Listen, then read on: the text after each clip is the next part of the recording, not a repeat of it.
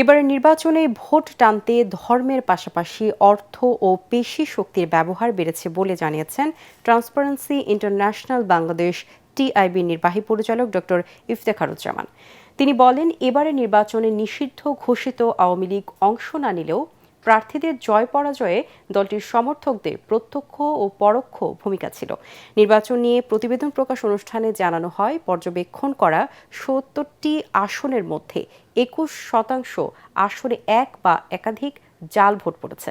আর আস্থাহীনতার কারণে অনেকেই ভোট দিতে কেন্দ্রে যায়নি।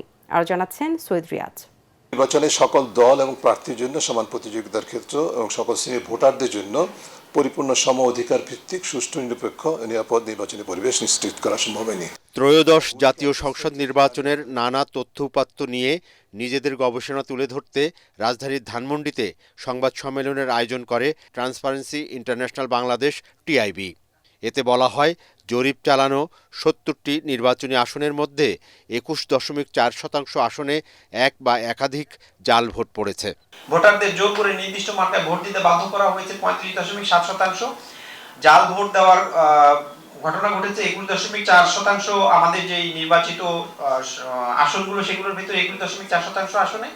১৩তম জাতীয় সংসদ নির্বাচনে অর্থ ও ধর্মের ব্যবহার বেশি লক্ষ্য করা গেছে জানিয়ে টিআইবির নির্বাহী পরিচালক জানান, বিগত দিনের তুলনায় এবারে সংসদে নারী প্রতিনিধির সংখ্যা সবচেয়ে কম। জনপ্রতিনিধিত্বে নারীর যে অংশগ্রহণের সুযোগ সম্ভাবনা পদদলিত হচ্ছে, তার অন্যতম কারণ হচ্ছে আমাদের রাজনীতিতে, নির্বাচনী সংস্কৃতিতে অর্থ, পেশি, ধর্ম এবং পুরুষতান্ত্রিকতা। ৯৯% প্রার্থী কোনো না কোনোভাবে নির্বাচনী আচরণবিধি লঙ্ঘন করেছে বলে জানান টিআইবি প্রধান। অনেক ক্ষেত্রে ত্রিমুখী অসহিষ্ণুতা এবং অসুস্থ প্রতিযোগিতা এবং কোনো কোনো ক্ষেত্রে সহিংসতা হয়েছে। সেটার কারণে কিন্তু প্রায় ৪০% মানুষ ভোট থেকে বিরত থেকেছে। আওয়ামী লীগ নিষিদ্ধ থাকলেও নির্বাচনে প্রার্থীদের জয় পরাজয়ে দলটির সমর্থকরা বড় ভূমিকা রেখেছে বলে জানান ইফতেখারুজ্জামান।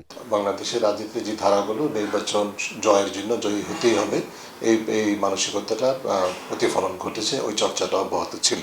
দুর্নীতি দমন কমিশন হলফনামায় দেয়া তথ্য যাচাই বাছাই করে ব্যবস্থা গ্রহণের কথা বললেও তাদের দৃশ্যমান কোনো পদক্ষেপ দেখা যায়নি বলেও জানানো হয় এই সংবাদ সম্মেলনে। সৈয়দ রিয়াজ, এটিএন বাংলা, ঢাকা।